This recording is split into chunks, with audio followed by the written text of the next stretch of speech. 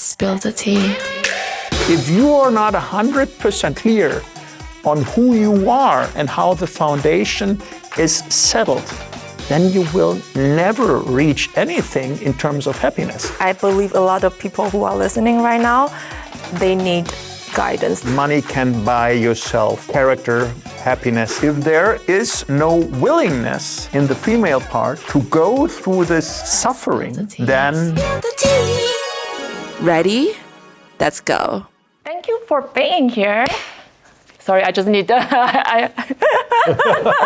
yeah. No, because last time I did this, I didn't tell my guests, and then she was shocked. Of course. Right? And then you had to redo it 2 days later after she got from the treatment. I mean, insured. We are insured. We're insured. Okay. So, how are you today? Good. You know, the weather's wonderful. I don't know if the audience is, of course, seeing the wonderful weather, but we're coming from a period of winter. Yeah. So now I think we are coming into my favorite time of the year, right? Which is all the blossoms and all the trees and all the flowers, and basically you can reimagine life again. And I think that is the message to kind of a new beginning for the new year. Something is new. So, like, Michael.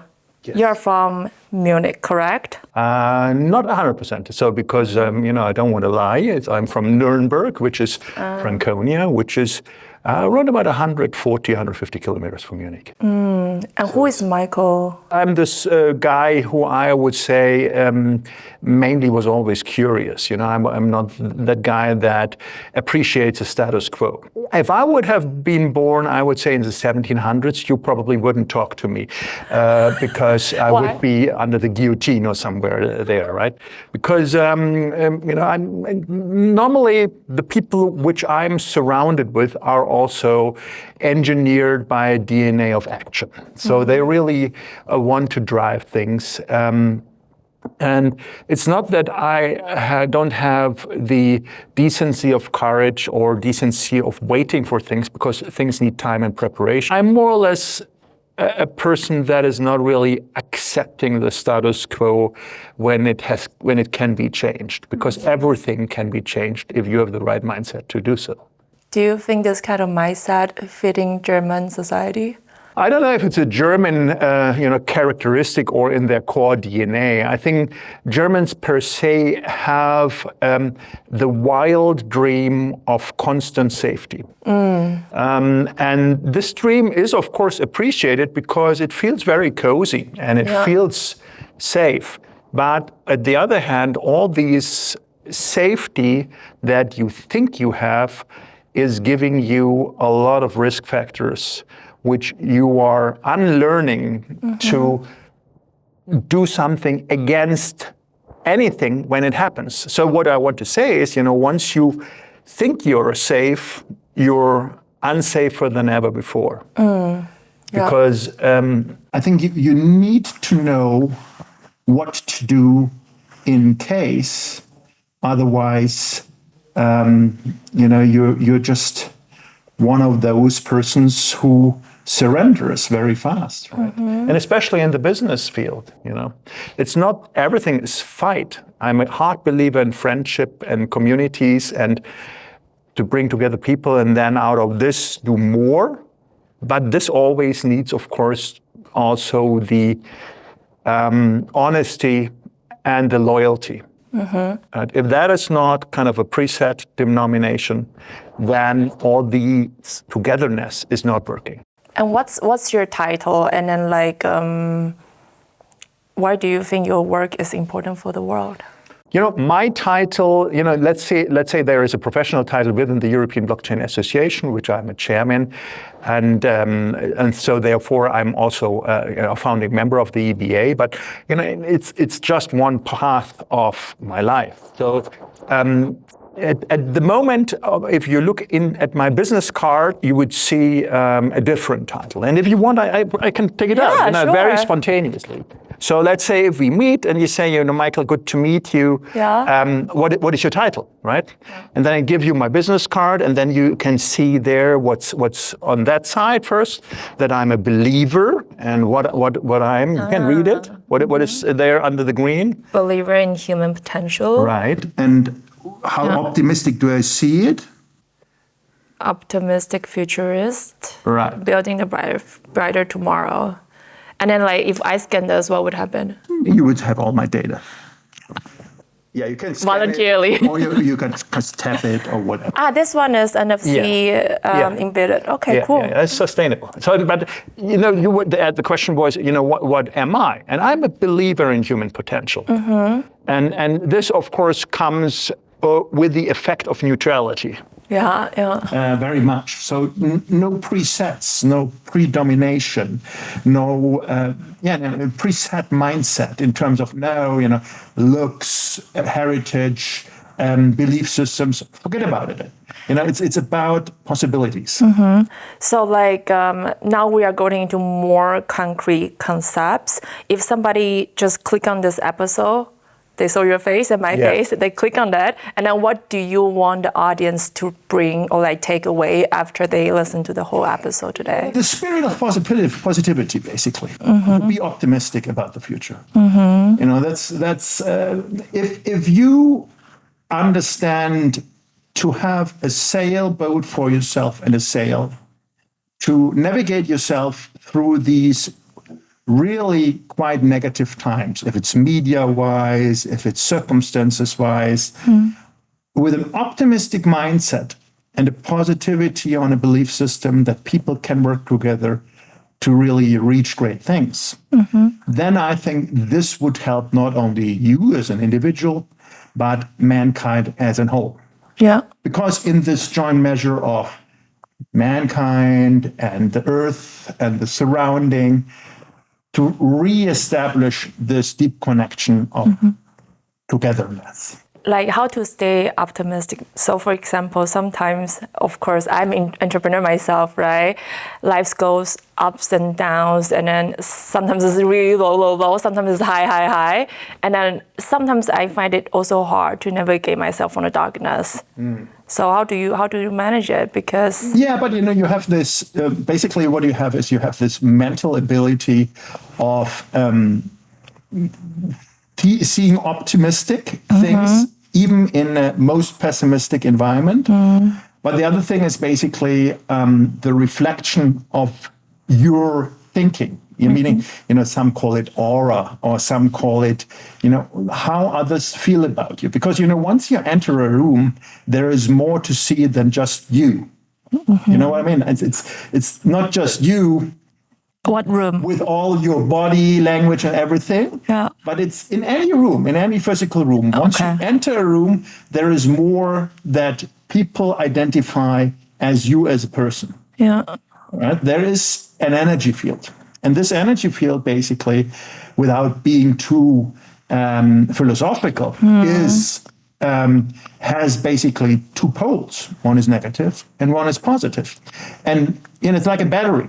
And of course, if you trim yourself, then it not only helps you outrageously to go through life, but it helps the whole environment, including the people you're around with. So it's kind of a ripple effect. And I would even go so far and say it is very egoistic.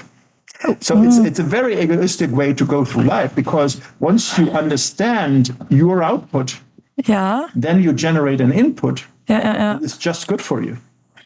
So it's not that you kind of force yourself to be egoistic even in the shittiest times. No, it's about a concept of output versus input. So as a businesswoman, you would say it's a good balance sheet. Because it's a positive output. Do you think that comes with the age? So like when you were younger, were you always be like this? No, now I'm 25, so it's... Just 1 year younger than me, obviously. Right? Sure. I always say also to my wife and to all my basically godchildren, I have many of those, if I have one mission to tell you, never get an adult. Never be an adult. Right? Stay foolish. Stay as brave as it gets. Break things. Because things have to be broken. If you're not breaking things, some other will break it, and you don't know how to rebuild.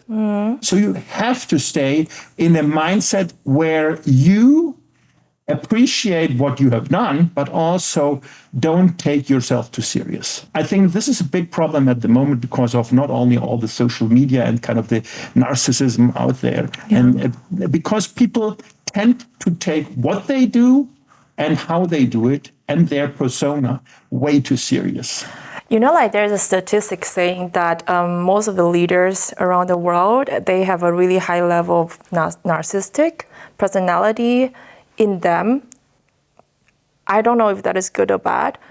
And what's your take on this? You know, I think I would even think or argue more radical. I would say that humankind didn't really change in personality the last couple of thousand years. In deep inside, we're still the same. And if you look into the leaders from the golden age, let's say starting 1200, 1300, then these people were mostly narcissistic psychopaths. People. Not all, right? But the top leaders mostly were crazy. They had some part of their DNA which was not right. If you look into historically what we now would call the original, like the native people, Aboriginals, like Aborigines in Australia, like Indians, like Mayas, and so people who were normally kind of in a unity with their surrounding, then those leaders tend to have none of those characteristics of narcissism and psychosis. They tend to have a community approach. All is one, one is all. And this is what we are getting step by step more into that direction. And people tend to find their own heritage as a human being in that, because this is the only truth. Like, I think you are referring to the book, like Sapien, right? There is a chapter saying that back in the days when you have a kind of tribe under 150 people, the leaders normally is not the brightest, not the strongest, but it's the best in terms of socializing, right? Because he needs to know every family what's happening inside and then get the community power to vote for him as a leader.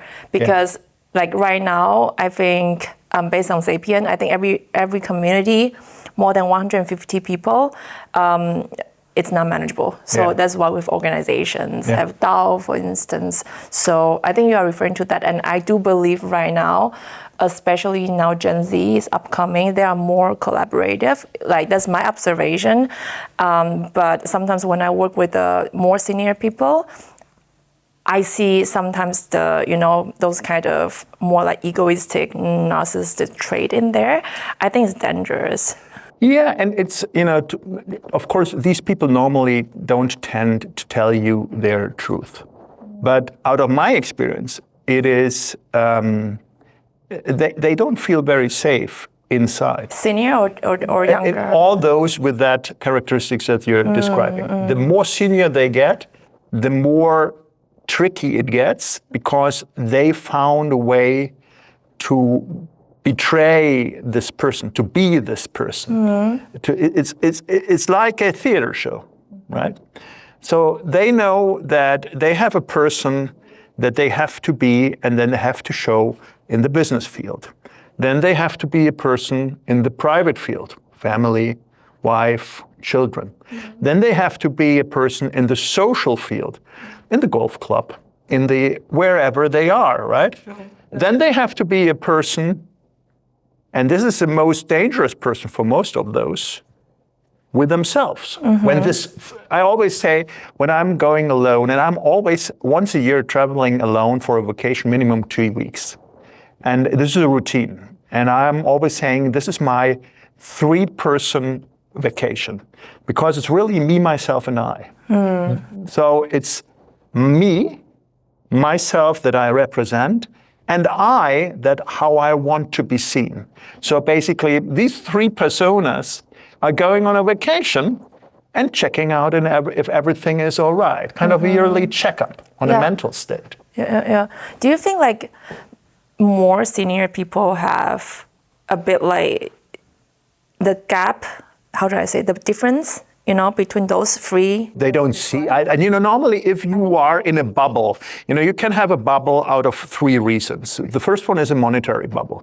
So basically, with a limited time, you can buy yourself out of this reasoning through money. Yeah. Right? Yeah. Then, and there are statistics from people on bad deaths. There's even this interview with Steve Jobs and this last speech. So you can refer to that it might be really such as that. But at the end, you will find out that money can buy yourself any character, happiness, or anything else. It's a vehicle. It's an enabling device. And it's, mind is making a tricky game with you. It always says, if you have that, then you will be even more happy. And if you have that after that, then you would be even more. And you fall for it because it's so easy. It's this carrot game, right? And at the end, you will see it doesn't help. So I would argue, once you are honest to yourself, and this is the only relationship that you have, sometimes I'm a little bit harsh with my arguments, but my argument is you get born alone and you die alone. Yeah, of course. You come naked, you go naked too. So, all in between is theater. Yeah. So, but this theater show has to be built on a massive foundation. And the foundation is you. So if you are not exactly in your upcoming, in your discussion, in your indication, if you are not 100%, or let's say 90% clear on who you are and how the foundation is settled, then you will never reach anything in terms of happiness.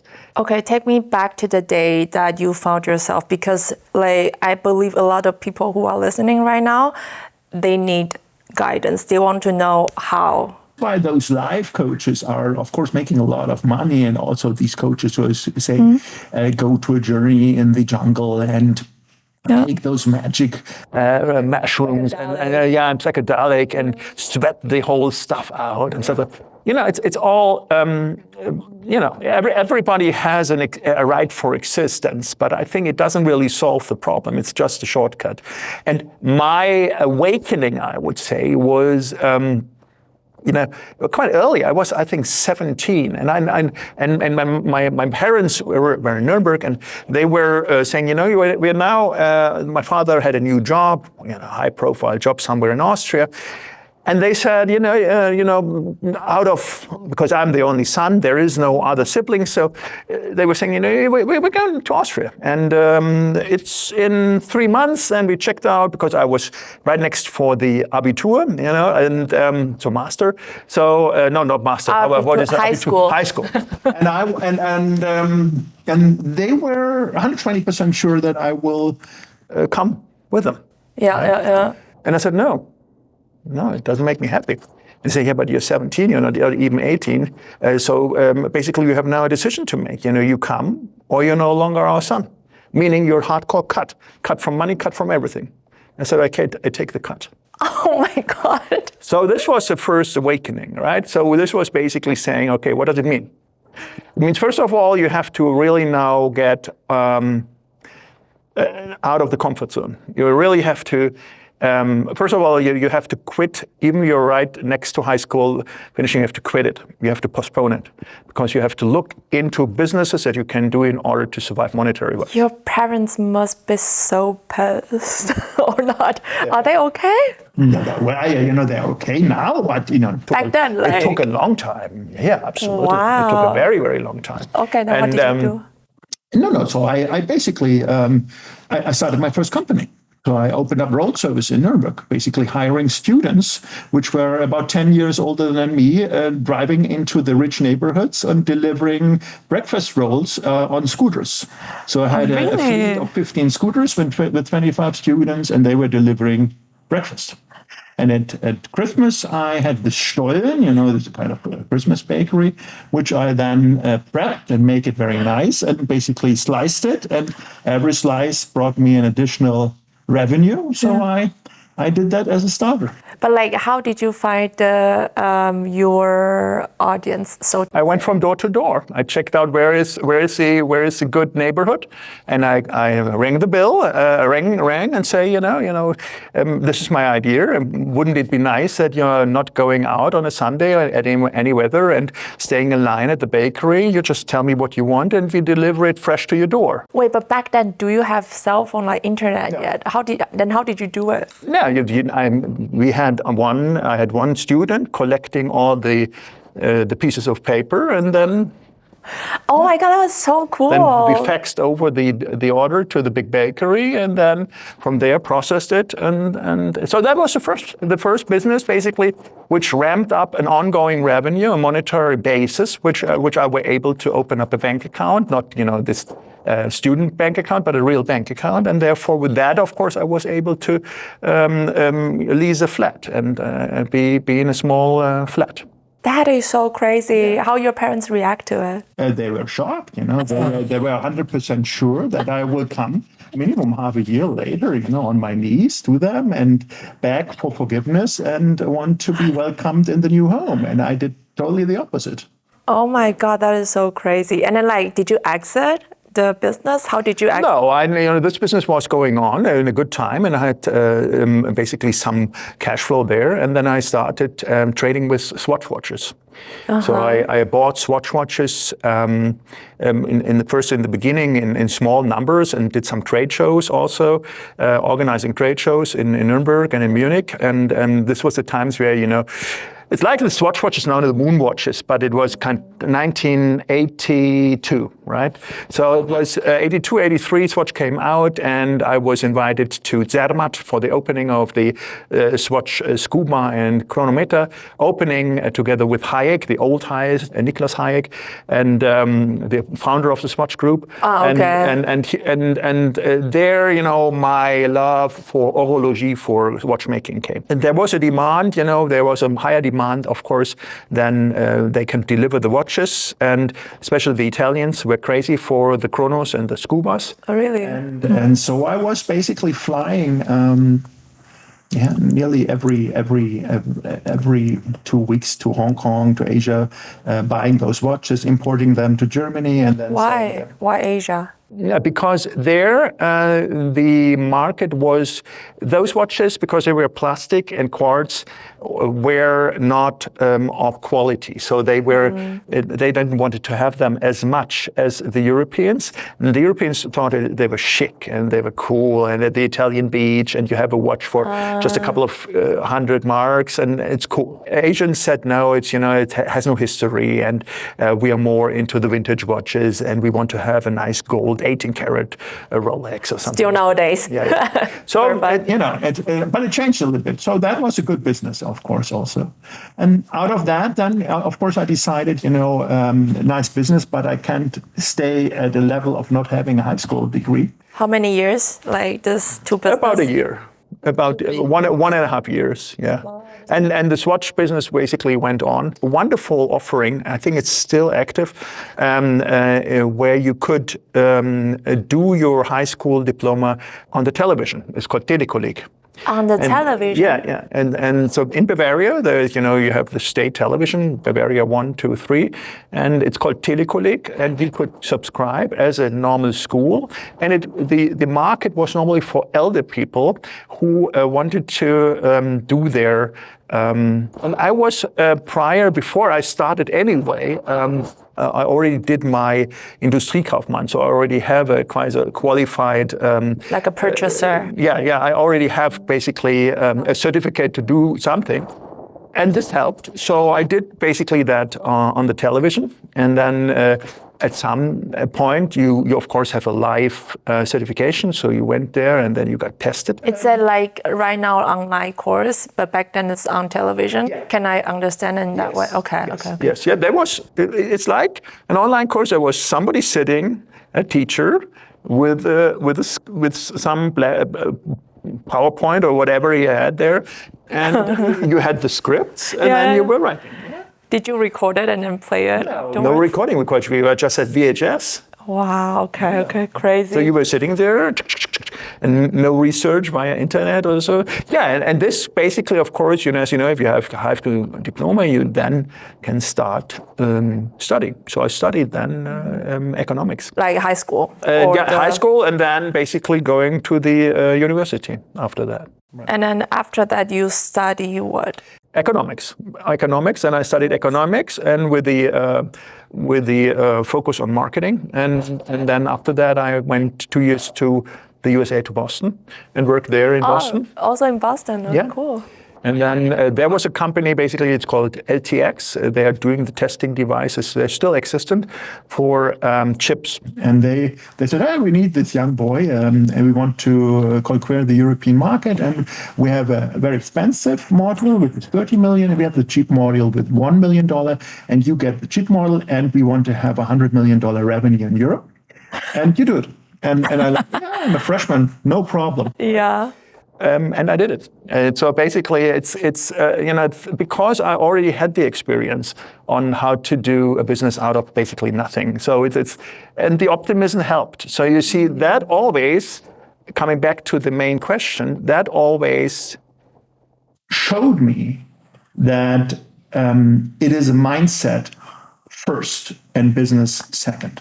And okay, how do you think about manifestation? Right now it's a trend. I'm telling you, like everybody saying you don't have to do anything, you just have to think about it, be optimistic, universe comes to you. But like, I don't believe that. I think like 99% is based on your work. That 1% is from manifestation, because when the opportunity comes, depends on if you can get it or not. Yeah. You can catch it or not. What do you think about manifestation? Because there is this manifestation, of course, is now, I think, a translation into the modern word of ordering something in the universe and then it will come. Yeah, right. It's a shortcut, and it is part of the whole system. Mm-hmm. So it's true. But on the other hand, untrue if you don't live the whole system. You know what I mean? It's like if you learn Latin, and Latin you have 6 phrases till the ablative, and you just have 4, you cannot really speak Latin. So you have to know the whole set of interdependencies, and then you can order in the universe, and then it works. But it's not like, I have to manifest it, and now you go on the board, and then you scribble it, and then you dream about it, and then you talk into your small recorder, and then you have it subvertly in your ear overnight, and then it suddenly happens. Yeah. No, it's not working. Right? That's what people are saying right now. No. These are, it's really funny, because these are parts of a tool set that individually make no sense, combined with the right mindset, make a total sense, right? But you're missing basically the first 4 semesters. You're starting at semester 8. Yeah, true. Can you tell me a story about how you kind of like, put everything together, and then in the end you use this manifestation to kind of make something come true? Like, yeah, there was a phase basically where I think a lot of things when some outside mechanisms which you cannot really influence, and then you come to a learning phase, and then a Swiss, I think there were a Swiss couple I met, we could say manifested, or per instance. So I met them.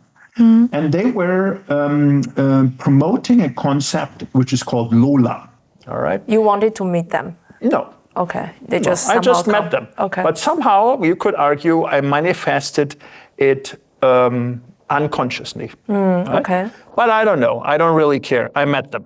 So they were basically having, for me, a first translation of mystics and energies and mindsets in a very practical, understandable form called Lula.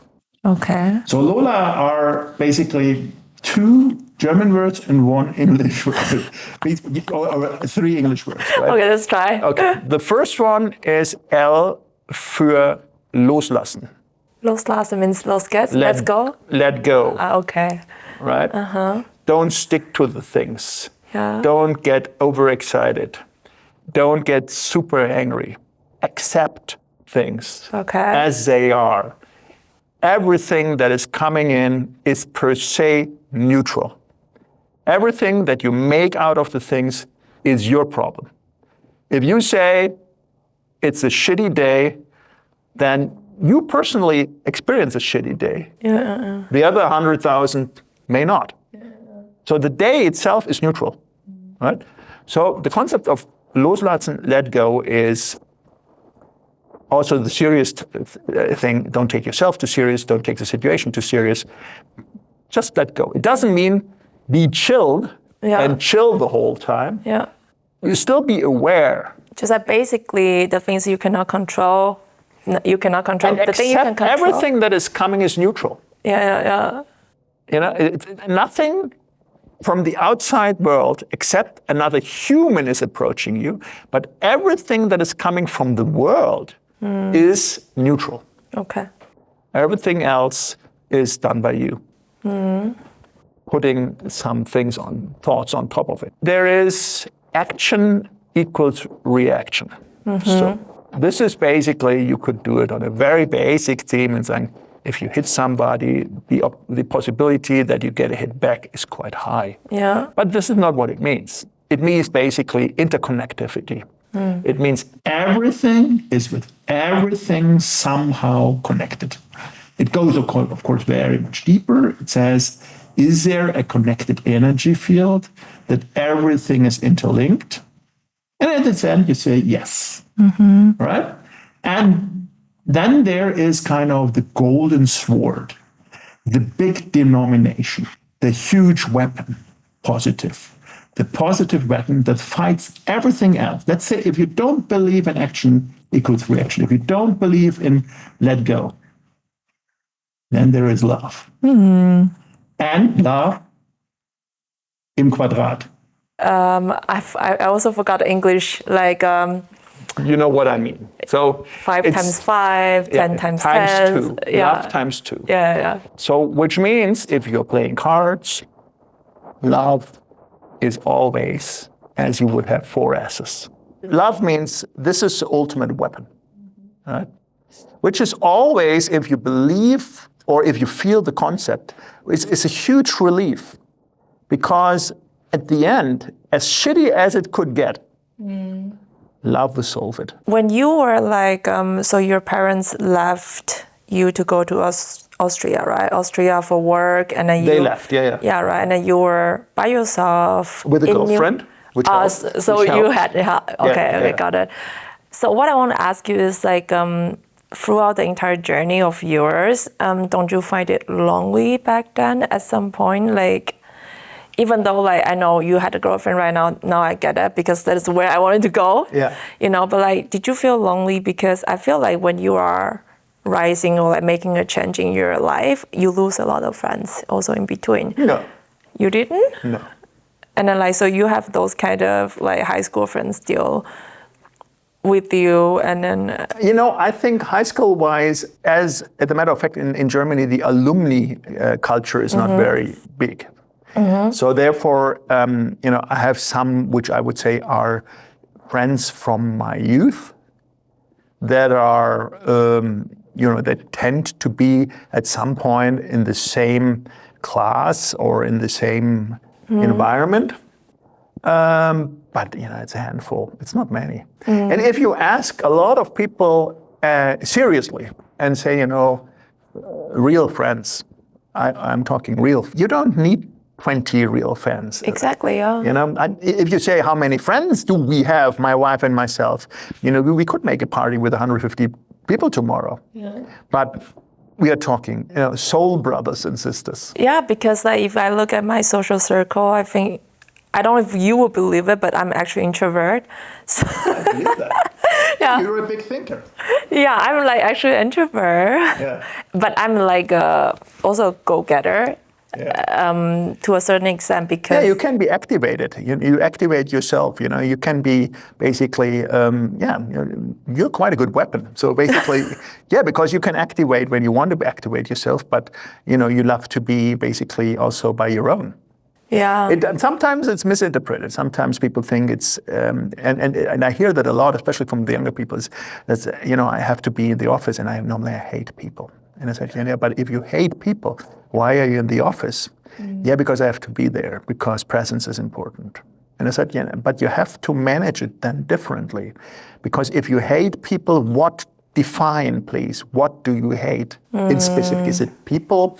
Is it, the small talk? Is it the bitching around? What is it in specific? Yeah. And from this understanding where the problem is, we can find solutions. And there are solutions, It's not per se being in the office. For example, me, I hate offices. Too boring for you, I would say, or what? No, I'm not a believer in the concept of productivity equals time. And offices normally are, for me, a symbolic mechanism of presence equals productivity and efficiency, which is 180% against my belief system. Yeah, but don't you feel like sometimes it's good to have kitchen talk? Like you really get to know, like last weekend, you and your kids went where to ski, and then I think kitchen talk I enjoy a lot, Yeah, I think in a certain time of social interdependencies, these kitchen talk, how you define it, are very important. It has interdependency on relationships. So people, still about, I think, highly over 70%, around about 78%, people meet their first partner, serious partner, which they want to marry, in the business environment. So this office or business environment has a huge impact in your future social interdependencies, right? If it's good or bad, I don't know, and I think it's definitely way better as having a selected husband or a selected wife, right?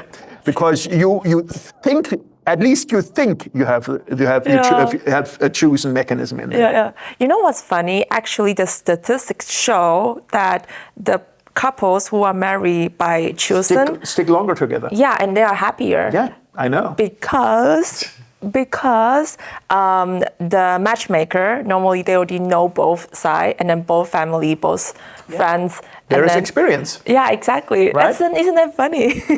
No, I think it's definitely something, it's of course a belief system, and I think nowadays to say, it's better to get a matchmate.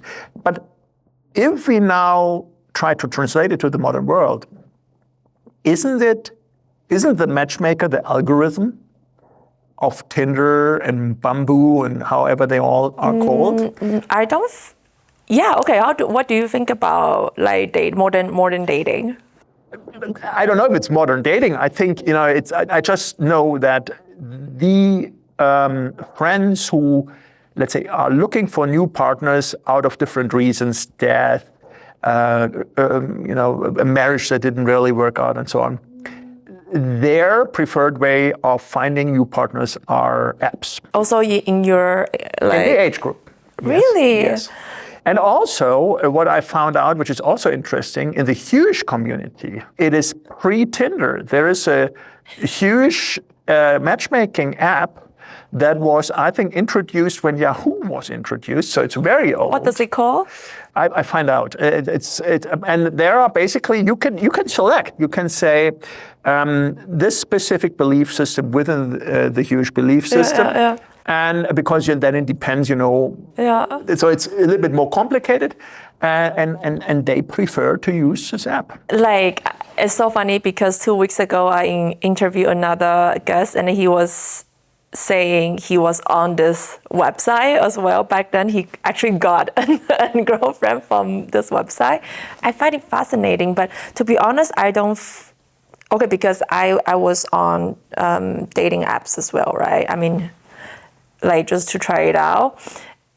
And when I read the data, the research and everything in terms of algorithm and like everything, for instance, top 10% of the men, they can match 80% of the woman, right? But like the dating apps really make majority of the males group really unhappy. Yeah. Because they cannot get attention from the woman. And then right now, the problem is women are getting more and more educated. Yeah. This year I think in the US, we get more female like graduates than male, and then women are like earning more and more, getting taller and taller as well. Yeah. And it's called tall girl syndrome, right? You want 180 centimeter tall men at least. The dating app thing, I don't know if that's good or bad, but what do you think? I think, the concept of having a little helper is never bad. The concept of swiping is bad. Why? Because it puts down the whole set of a possible partner with all the characteristics a partner has into just a visionary statement.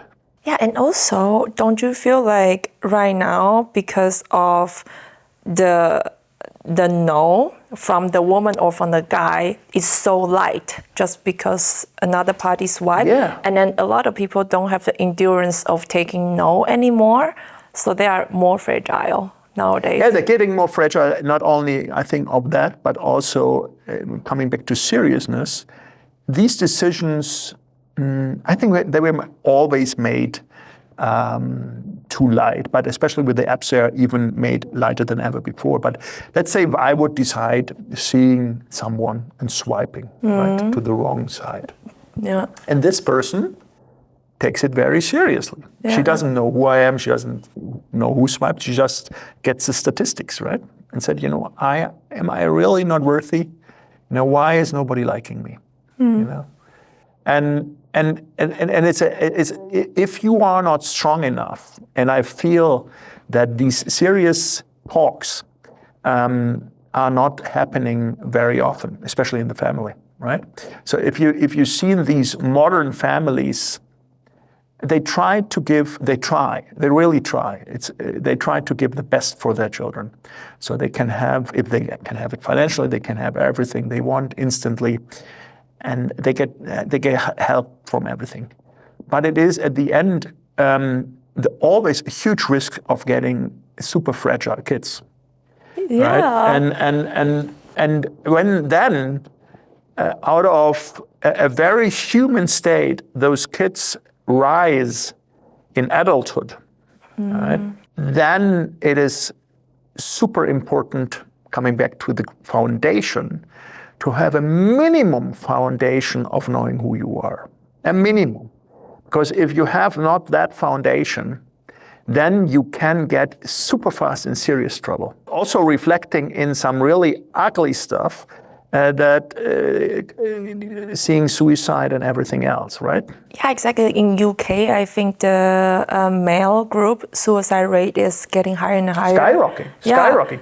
And people who you think, to the outside world, like we see each other on Instagram, TikTok, LinkedIn, and so on. And this is a guy or this is a female, and they have 2 kids and they have a house, and everything seems fine. And then things like that happen. It brings you, of course, always back. And this is not pointing at someone and saying you're guilty, you're guilty, you're guilty.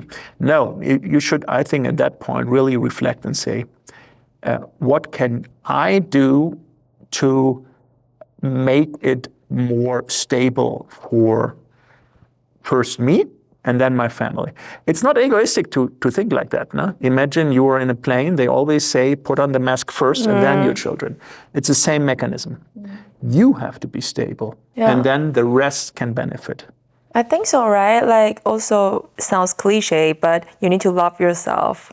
There is no love if you don't love yourself. Yeah, exactly. You need to love yourself first, and then you can receive love, or you can give love. And all these stuff that love equals just appearance is, of course, quite on the surface. It is basically not even level 1 of love, right? It's just, because you can get a pimple like this tomorrow, and what is happening then, right? Yeah. Or your eye view gets away. What is that?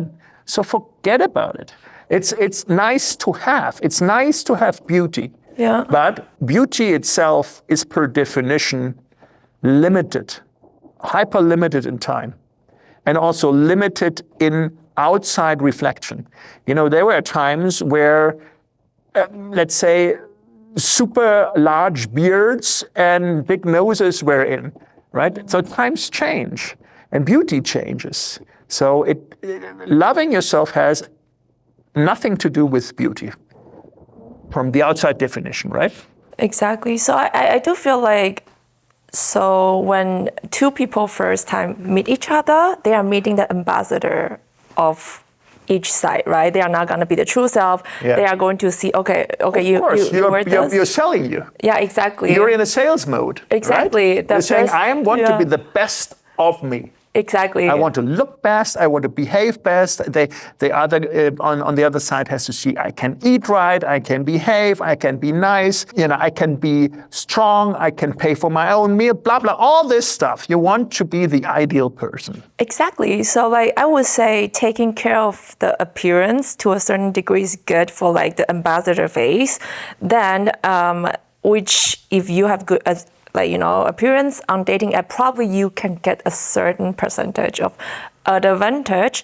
But what I like in terms of offline dating is that sometimes you meet a person who might not look like David Beckham or whoever, but they are super funny. Yeah. And then they are super smart. They are a lot of different traits that you cannot get from online dating. And I think that element really kills a lot of possibility for not the top 10% of the men and then also women. I don't know how we got to the topic now, but basically I would say, to conclude, I would say online dating or dating nowadays, for me, has left sexy.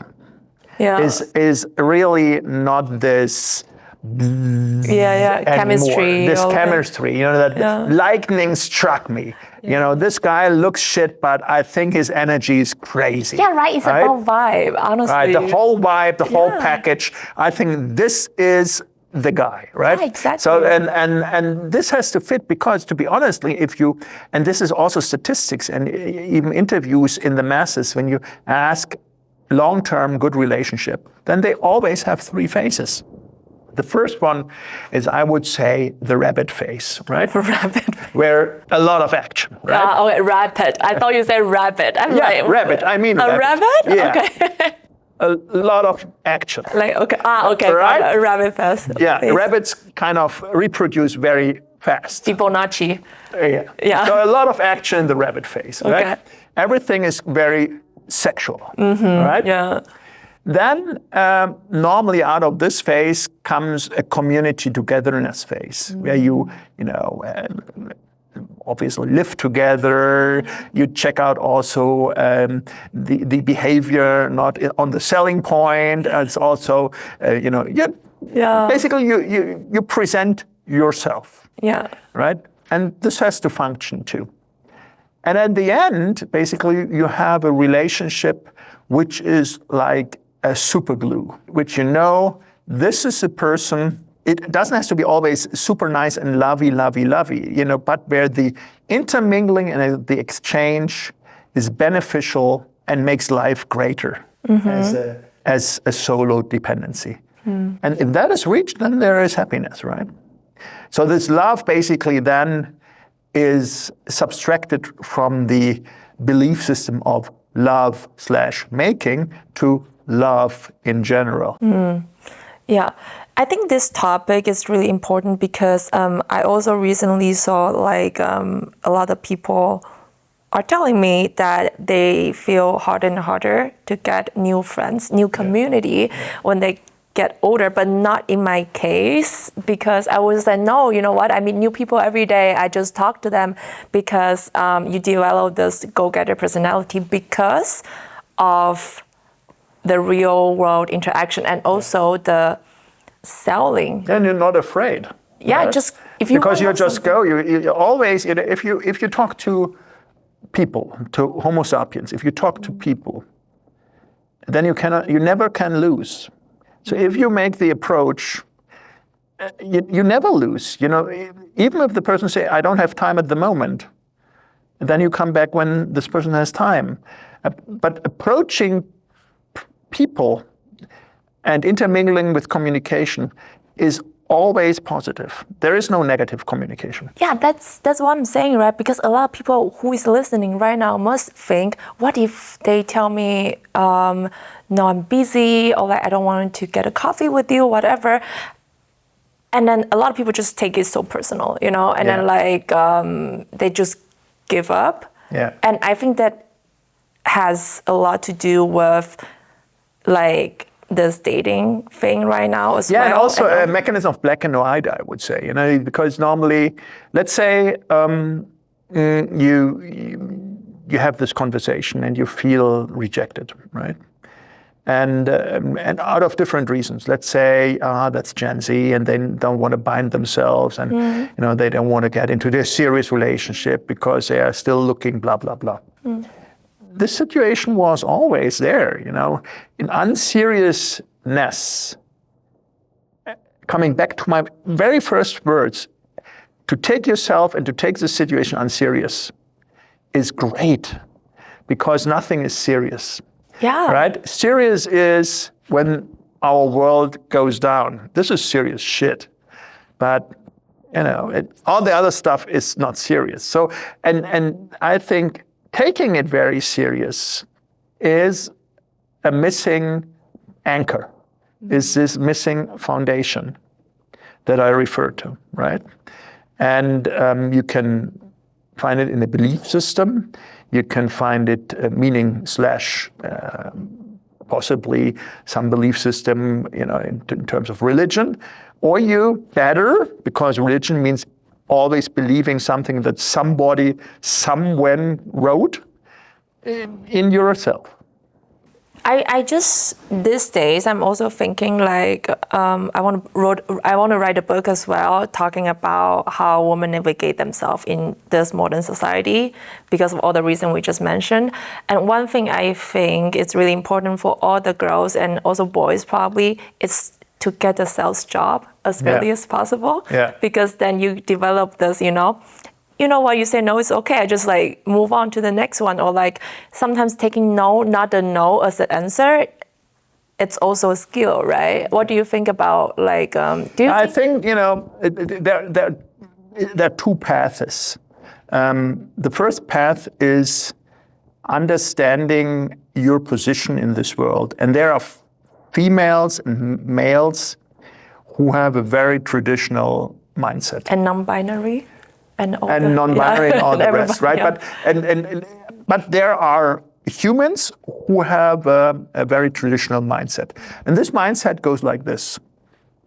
There are ideally two that are living together and enjoying life, right? And there are things to be done within that setup. In our Western civilization, money is a big factor, which is dreadful, but it is like it is. And once that is at a certain level settled, then other things should be prioritized. But giving, let's say, this, just to give you in the right mood, that you don't understand me right, the set on two sexes, right? And I'm not saying I'm not believing in all the other sexes around, right? But let's say biologically, right? No, biologically too, right? Comes with the great endeavor of understanding that the model of being a female is, from the beginning of time, way more important and way more serious than the model of being a male. Okay, why is that? Because the only one who can really guarantee a future for humanity, meaning upbringing, is the female part. If there is no willingness in the female part to go through this suffering, then it's over, right? So what happened basically is that, and there's also statistics saying, how was it in the 60s, 50s, with, when people met each other and there was no anti-pregnancy pill and so on. And there the situation was dreadful and relatively easy, because if there was somebody you liked and you had a sexual intercourse and you get pregnant, then basically the rest of your life was defined, right? So we overcame that. But this freedom comes also with a huge responsibility. And the responsibility is not to forget where you came from, right? Because this freedom gives you access to a lot of possibilities, to the possibility to decide not to have kids, to decide and even have a lot of friends, right? and the possibility to say, no, I want to make a career. I'm a corporate woman. I want to be in the corporate world, and I have great ideas, and I want to build a really strong company with a great mission, right? And this is all possible, but this is all freedom that is here, but the foundation is laid not in understanding that the whole humanity understands it. The foundation is made in the freedom and the gratitude that you can do it, right? Because, I don't know, when we sit here now, I guess we have 9 billion people around the world, or even more. I would argue that 4 or 3 billion have this freedom. The majority doesn't have this freedom. So it is of great compassion and great gratitude from both sides of the medal, male and female, biologically, and to accept it as as something great, something really great. Because nowadays in the argument, sometimes for me, this is forgotten all the time, because they always say, no, it has to be bigger, larger, richer, more, here, blah, blah, blah, and now we do something together, and toxic male, go away, stuff. I think because this is normally the argument of totalitarian separation. And we don't want to have that. As I said, I'm a positive and a believer in people. So believing in people, meaning that they know to argue that the freedom to be able to do it is not per se God-given. It is here because we came to it. And now we have to be very careful and very smart to make it right for us, and even more important for the next generation. Do you think that is a problem for humanity in the future? Yeah, absolutely. You think the populating part will slowly getting less and less? I think humans will not distinct, definitely not. No. No. But because the willingness to prosper is huge, and it's in our core DNA to replicate, because we see each other in the next generation. But the Western world is facing that problem, because, as I said, the resultation of this freedom and honoring this freedom and putting then an agenda for not going into a wrong direction is not really discussed, right? Because for humanity doesn't care. If there are 15 billion in 10 years, but the whole Western concept and freedom to fight for it is gone then too. You can decide if you want to answer my question or not, then we can cut it out, What do you think about the U.S. anti-abortion bill? You mean that it's not allowed and that they can fear a punishment? Yeah. I think it's not right. Basically, I was never pregnant, so I cannot really not talk about. Thank you for the information. I talk out of experience, right? But I would say, if I would be 40% in the position on imagine being pregnant and being a woman, right? I would say the decision, even thinking about abortion, is horrible. Mm. No one, I think, if they're not on drugs or anything else, is taking the decision lightly. No one. Yeah, of course. Right? If there is not something wrong in the head, it's not an easy decision. So appreciating that, coming to this decision, and then executing on that decision is a huge deal, right? And it's so huge that it has to be appreciated. So I think then punishing those individuals again is kind of a double punishment. Double kill, yeah. A double kill, yeah. Right? So just a couple of solutions. The first solution is to go back to the older ages, which I'm not supporting, just to be clear, and say, abortion is forbidden, right? Then very strict, no abortion. Forget about it, will not come, forget about it. And the second one is to have a transparent, and then we're coming to decentralization and blockchain, a transparent archive of process, procedure, and documentation that is human and that gives still on the way the new life a chance to exist, right? Because maybe in our so new and interconnected digital world, there is somebody out there who would love to have a children. Yeah. That is there in the beginning, and you don't have to kill. Yeah, exactly. Right? And if that is, however, maybe that's a business model, if that is basically pronounced and in the statutes, then it could be a very human action. Amen. Okay, so as a chairman of European Blockchain Association, you interact with EU Commission quite often, I would say. What do you think is the biggest issue right now in Europe or even for the entire world? The issue always, I think, for the entire world is politics by far.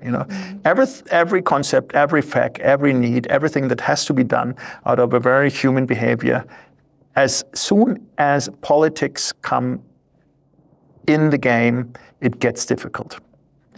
Because politics, by definition, meaning taking advantage. So it's not common, it's not a neutral, and it's not a playground where everybody can do anything. And this is why I think it is so important to understand that the European Commission is a concept where the member states have a possibility to express themselves, where there is huge budgets, sometimes, of course, budgets where you ask yourself why, but there is a positive effect of monetary reasoning in order to use it. But there is, of course, a huge space for optimization. I agree. Michael, thank you so much for your time. And I think this world indeed need more love. And then for the younger people, like senior people as well, we all need this community power. And then the way and the bridge, the kind of platform to get together.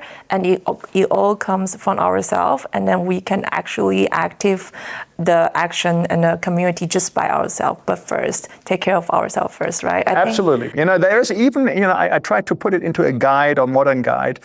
You can order it by Amazon. It's called 2079. Yeah. So it's basically a vision paper for self-survival and belonging, meaning, how can in a decentralized, not totalitarian way, you yourself can have all these entities and all these instances on a decentralized blockchain-like environment, and how would communities and living look like positively?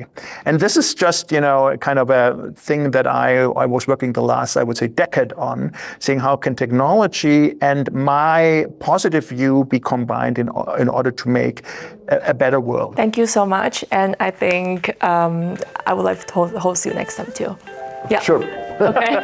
Thank you for listening, and you can leave your comment below, ask the questions, and I will pick one of the best questions and then add as the guest without you knowing who is the guest you are going to ask the question to. So thank you for listening.